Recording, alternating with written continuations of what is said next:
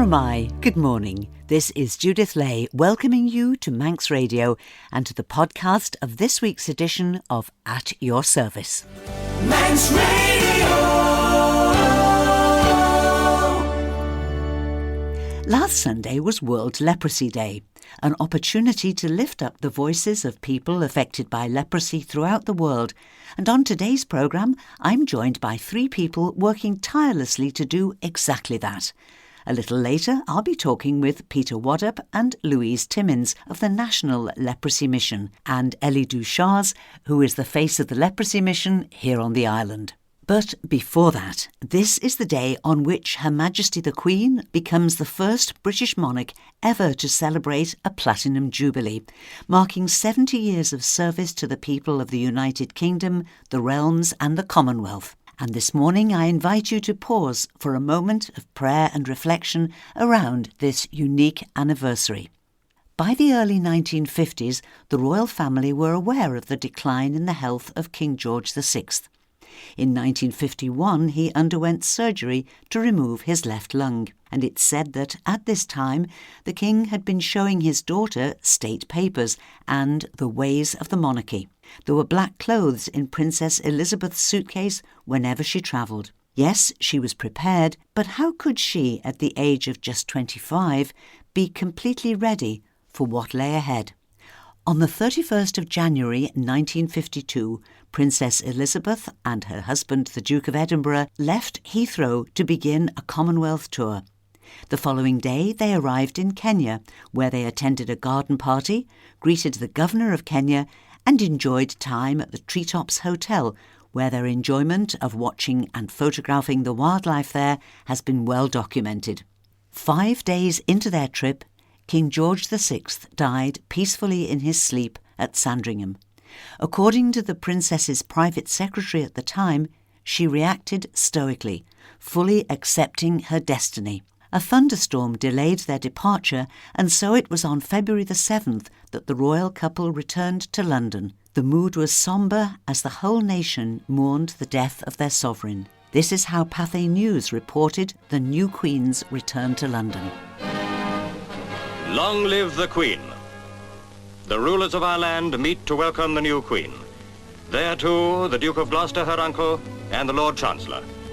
The Premier and Mr. Attlee, leader of the opposition, are agreed in this great moment of our history. Her tour of the Commonwealth cancelled. The princess we knew as a girl and watched in the even growth of her stature comes back to meet her ministers as Queen over the great lands that for 15 years acknowledged her father as head. Now the Princess Elizabeth we knew and loved returns amongst us as our Queen. Before her plane, her government and leaders of the other parties receive her greeting. No queen had ever such councillors so predetermined to give of their best. No queen had ever such a people so devoted. Through the long years, she had grown amongst us, one of us. The little girl we knew has become Queen Elizabeth. The love we gave her has become allegiance. We knew her and we found her good, perhaps beyond our deserts. Then, as Queen, she remembered those who had brought her swiftly and safely on her sad journey. She and her husband. The Queen's actual coronation didn't take place until June the following year, but she assumed all the duties and responsibilities of a monarch from the moment she was informed of the death of the king, her father. Her life of dedicated service began immediately and has never once faltered. I think the Archbishop of Canterbury, the Most Reverend and Right Honourable Justin Welby, summed it up well when he said yesterday, "The clearest moment for me, the absolute summit of Her Majesty the Queen's commitment to duty, was at the funeral of her husband of some 74 years, where she sat alone. That is leadership, doing the right thing."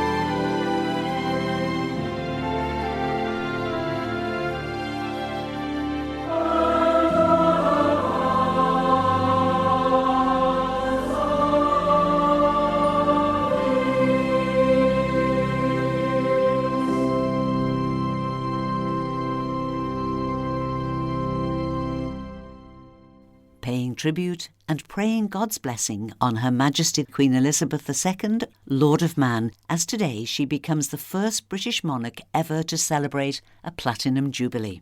And now it's time to meet today's guests. Last Sunday was World Leprosy Day.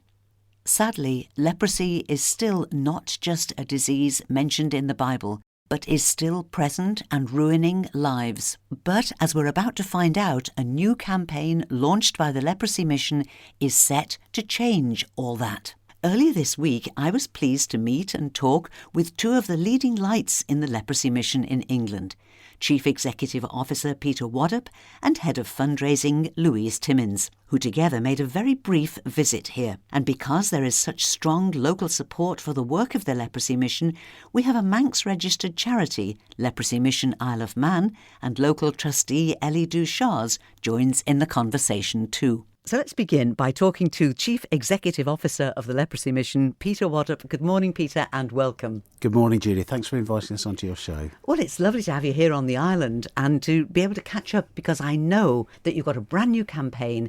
And the astonishing thing about this campaign is that you say this could be the beginning of the end of leprosy. Absolutely. Our appeals normally focus in on one person with leprosy to really tell the personal story, the heartbreak of what it means to catch this disease.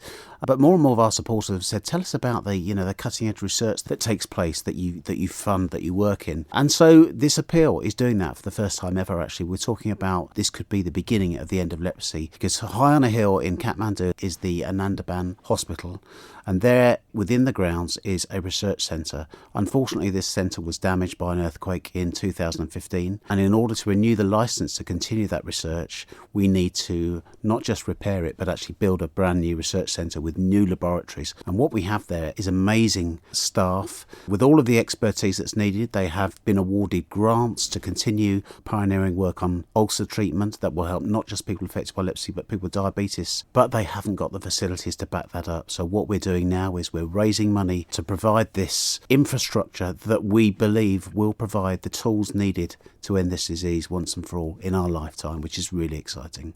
So it's called the Greater Heights campaign, this, isn't it? That's right, yes.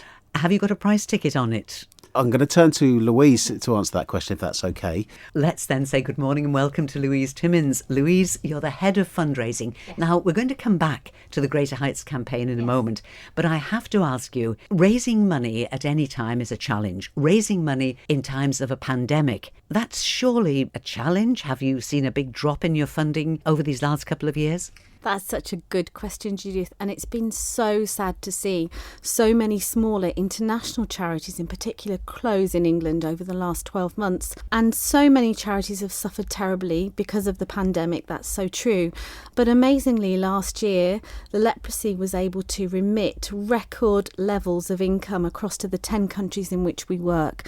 So that's so wonderful, and the reason for that is because of our faithful supporters. So really, I want to say such a huge thank you to the community on the Isle of Man for all of their faithful support, particularly within the church community. But there were some amazing things that happened last year with the people from the Isle of Man. Ramsey Grammar School won the charity challenge, raising over £5,000, which was just absolutely astounding. And we have a really amazing team of trustees here. Elly, who we're talking to today, and Paul and Graham, who work so hard behind the scenes, and Christine Sugden too, who's an amazing volunteer speaker who works very closely with us as well. So just a huge thank you first and foremost. The Isle of Man is such a special part of the Leprosy Mission family. Louise, thank you for that. And it's a great opportunity to say hello to Elly Duchars, who is in the studio as well. Now, Elly, we talked quite a bit when the Leprosy Mission Isle of Man was being set up, and it really reflected the love that there is for the Leprosy Mission here on the island. There is a real heart to support the work, isn't there? There is, very much so, and as you obviously know and we've spoken about before, I've come to this relatively recently, but the association with churches on the Isle of Man and the Leprosy Mission goes way back, and it's a strong support. It's been there, through every campaign really. I think they've seen a great support from the Isle of Man. The thing that I found very inspiring was that I went to meet the team at Ramsey Grammar who won the charity challenge, and they were so well informed. They said themselves how well supported they had been with material from you, both locally and nationally, and they obviously had caught the need for it, the vision. Yeah, and the wonderful thing about that, we thought as well, was this was young people. This was a new category of support that it had piqued their interest, and they had spread the word through their school and of course through their families, and it was just a new in, if I can call it that, for the Leprosy Mission. You know, it was great for us last year to see that and to see the enthusiasm which has continued, because we are very fortunate that another school has picked us up as their chosen charity for this year's charity challenge. Another group of young people have caught the vision, seen the need. That in itself Absolutely. is very encouraging. Absolutely. Louise, I want to come back to you now, and let's talk about Greater Heights campaign. Tell me about how the finances work out on that one. We've committed $500,000 to this, so that's what we're looking to raise during the campaign period. The building itself will have 9 state-of-the-art labs with lots of room for equipment. Having been out there, I've seen the amazing team, I've seen how it works, but I've seen the lab, I've seen the cracks in the walls, the staff are frightened in case there's a tremor and the walls start to collapse. There's no room for any equipment, so storage is out in corridors, there's no space to move. We've got a huge problem with mould, just keeps coming back, which makes keeping things sterile really tricky. Louise, you're painting a very vivid picture here. The whole infrastructure is fragile, isn't it? It is, as you say, subject to tremors and all of these that people have to live with on a day-to-day basis. They do, and there's fear. There's definite fear there. You know, every time anything moves, is there going to be another earthquake? So presumably when you build, you'll be building a state-of-the-art building that is more able to withstand the conditions in Nepal. Absolutely, and we have been working very closely with an architect, a London-based architect, over the past few years, because we've already built a trauma centre, which is nearly finished, which is delivering cutting-edge treatment, and we will be using that same expertise in the design of the new research centre. I think I can say, and I know that Louise and Elly will agree with me on this, because they've both been to Anandaban as well. I've sat in the wards in the evening and talked to the patients, and some of them feel more at home in the hospital than they do back in their villages where they've suffered the discrimination because of the love and the care that is offered by the doctors. And that actually, the sacrificial giving of the staff overseas is one of the things that really motivates us to continue. But it doesn't stop there, because when they leave, we need to go out into the communities, educate their friends, their employers, to let them know that this disease has been cured. It's no longer contagious. It's not to be feared, so that when that next diagnosis comes from someone else in the village, they are not discriminated again. It's hard to believe the levels of discrimination that still exist. So I'll tell you very, very quickly a couple of things that I have witnessed on my travels. So I went to a leprosy community. Every single person living in this village was cured. They had cattle, they produced milk, they grew vegetables, but they couldn't take them to the local market and sell them because it came from the community where people affected by leprosy lived. So even though there was no disease there anymore, they were still associated with the disease that they'd been cured from years before. And I also remember a heartbreaking conversation with a gentleman in a hospital who does remember the time when he had to ring a bell when he came out of his front door so that other people could just go into their houses while he took his daily walk. And it's hard to imagine that level of discrimination takes place still. I mean, in India, I know we're talking about Nepal today, but in India there are still more than 100 laws that discriminate against people affected by leprosy. And one of our roles is to overturn those. And in doing that, not only are we putting right a real wrong, but we are creating a new story that will tell the general public that there's nothing to be feared from meeting, working with, marrying a person affected by leprosy. I would like to talk about the people that do work for the Leprosy Mission in Nepal and other countries. They could easily go elsewhere and earn a lot more money, but for them it's a calling. For them, they feel that their role in life is to help people affected by leprosy, and they give so much. And for me, that's what inspired me in my first visit. So I volunteered for the Leprosy Mission actually for 9 years before I was fortunate enough to be given the opportunity to take on this position and do it full time. And I visited a couple of projects. So I met a couple working in a hospital, husband and wife, and they hadn't had a day off together for 14 years because the hospital was so reliant on the unique skills that they had. And I just came back to the UK and thought, what can I do? I can't be those people, but I can go and speak about their work. I can raise money for their work.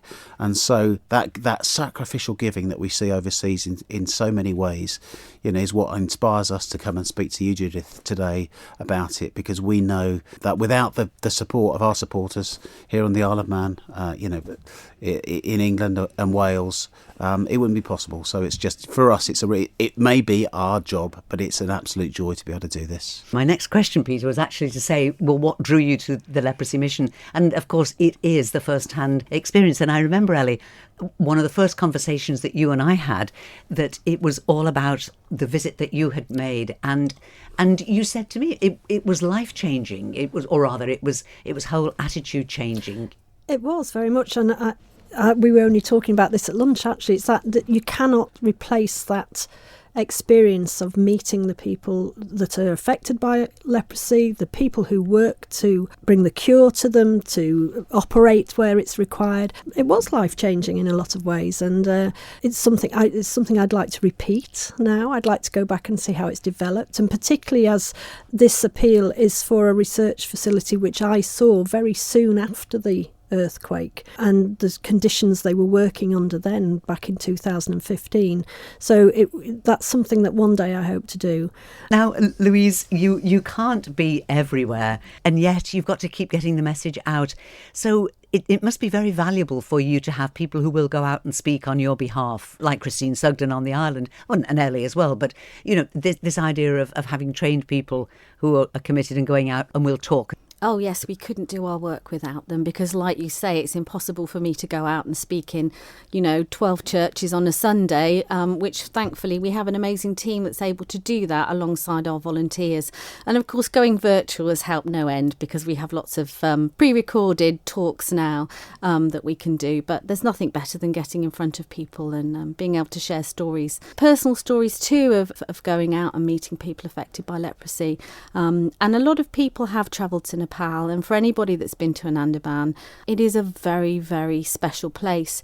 And Andaman actually means forest of joy, and you were talking a lot about stigma and discrimination. And for me, when I go to meet somebody who has faced that awful rejection and is suffering from the emotional wounds, which I think are much worse than wounds that are caused by leprosy, actually, to see the transformation in their lives, that they go out of the forest of joy restored. So yeah, it's a very special place. I'm sure both Elly and I vividly remember Pam Rhodes' visit to the island. And she, of course, has been to an Andaman. She spoke beautifully about it. She spoke so movingly about it that people came out moved to tears by what she had said and the stories that she had told. Celebrity endorsement in itself is fine, but it's people who have Pam's level of commitment and her love for what you're doing and her desire to really support. So are you still attracting celebrity support in that way? I know Pam is still involved. Yes, Pam is wonderful. She's such a wonderful lady and is always so willing to help us, even though she's got an incredibly busy schedule. So we absolutely love Pam. Last year for our unconditional appeal, which was for Mozambique, we worked with Dame Darcy Bussell, the famous ballerina. And actually she'd been to Mozambique and seen the work before she agreed to come on board. We approached her and she was so moved by the communities that she met out in Mozambique that she said, yeah, absolutely, I want to be the face of that. And then this year we have the Paralympian Steph Reed MBE. You may have seen her if you're a Dancing on Ice fan. She's on that show at the moment. But she's also been out to Nepal and she sat with the people, and she's got some really powerful stories of when she went to have a prosthetic leg fitted there, and she could talk about how professional they were, and obviously she relies on her prosthesis. It's so important. So she's really got behind this campaign, which is wonderful. We're really blessed that the celebrities that do want to get involved with us just have a total passion for people affected by leprosy, and I think that comes through when you listen to them speak. And I would guess also that somebody like Steph would be a real inspiration to people who've got to live with a prosthetic limb and who might be thinking, I'm never going to be able to, this is the end of my active life. You know, to say somebody who is achieving at her level has got to be a boost, has got to be an inspiration. Yes, so there is a lovely video which I don't know if it's on our website at the moment, but Steph Reid was in the Anandaman Hospital and she was speaking to a young man called Santosh who had just had his leg amputated from beneath the knee. And when you watched her speaking to this young man, you can see the pain in his eyes and his confusion as to why he was sitting talking to Steph Reid. And he didn't realise that she was also an amputee. And at one moment, she reached down and she took her prosthetic limb off and she lifted it up and she showed him. His face changed, his eyes lit up, and he suddenly realised, I can relate to this woman. And then a conversation ensued where she started talking about, this is not the end, this is just the new beginning. You know, look at what I've achieved, look at what you can achieve. And I think that was a really powerful story for that one young man. And, you know, Steph, she's had some wonderful messages actually after her first shows on Dancing on Ice and how she's inspired amputees in the UK already. So to continue to do that on behalf of the Leprosy Mission is really special.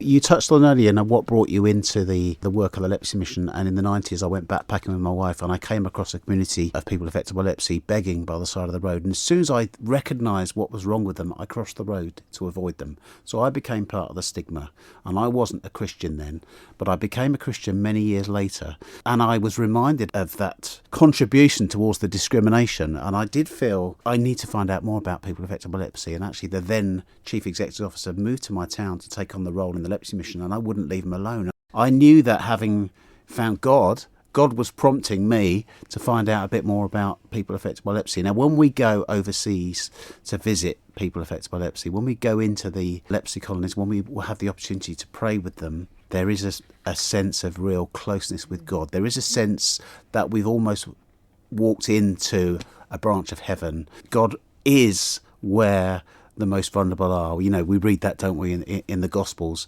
and so it feels really special for us to just be invited to be part of that incredible ministry. It's God's ministry. The Leprosy Mission was born and cradled in prayer.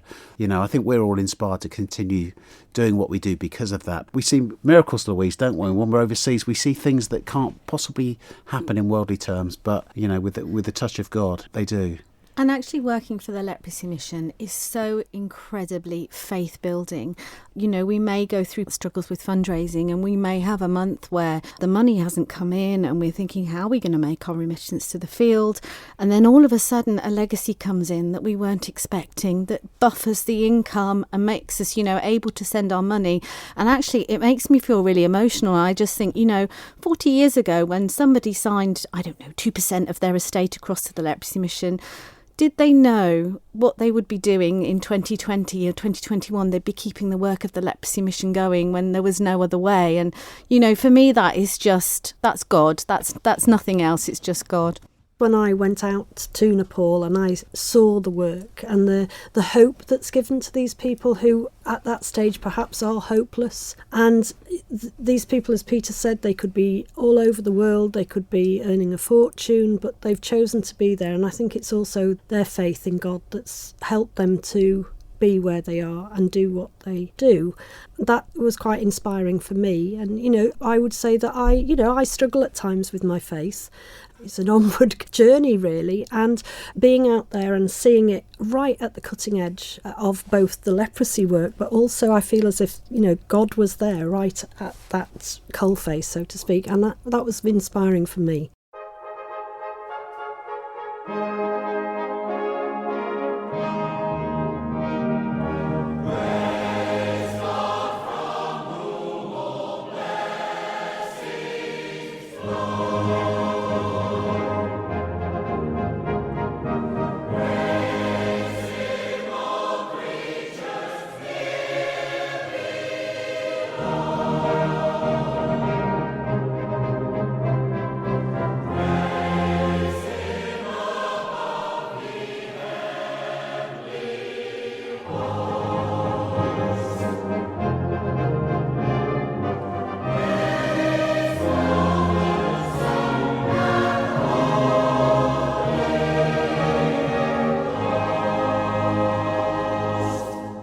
Thanks to my guests this morning, CEO of the Leprosy Mission, Peter Waddup, Head of Fundraising, Louise Timmins, and Trustee of the Leprosy Mission Isle of Man, Elly Duchars. And if you'd like to know more about the work of the Leprosy Mission, take a look at their website, leprosymission.org.uk. And if you'd like to get involved in any way, Elly Duchars, the face of the Leprosy Mission here on the island, is your easiest contact. Her email is ellyduchars, that's ELLYDUCHARS, @manx.net. ellyduchars@manx.net. And her mobile number is 423 278. 423 278. And we finish now with a look at our notice board. And there are 2 services later today to celebrate the accession of Her Majesty Queen Elizabeth II, Lord of Man. In the cathedral at 3:30 this afternoon, there'll be a special service of evensong, followed by light refreshments. And Maloo Church have a special service to celebrate both Candlemas and the anniversary of the accession. The service in Maloo Church is at 3 o'clock this afternoon and will be a shortened family service led by Reverend Peter Upton-Jones and will include a performance by the Perry Bain dancers, with refreshments afterwards and a warm welcome for all. On Tuesday the 8th, there's a coffee morning in Ballafesson Methodist Church, open from 10 till 11:30. And also on Tuesday, there's a community film night in Castletown Methodist Church. It starts at 7 o'clock. Admission is free and there'll be light refreshments too, with a warm welcome for all. On Friday the 11th, there's another soup lunch served from noon in Port St Mary Methodist Church. And also on Friday the 11th, there's a quiz night in Castletown Methodist Church Hall. Fun for all the family with a special children's round, prizes for all the winners and refreshments too. Admission is just £2 per person and it's a maximum of 8 people in any one team. And that's all that we have time for now. But I'll be back later, so do please join me if you can tonight at 9 o'clock for Sundown, a rich mix of easy listening music to round off your weekend. And do please email me if you've got items for the notice board or you'd like to request a favourite hymn. My email address is judithlay@manxradio.com. So, till whenever we meet again, this is Judith saying thank you for listening, and I wish you and those you love a blessed and peaceful week and a very good morning.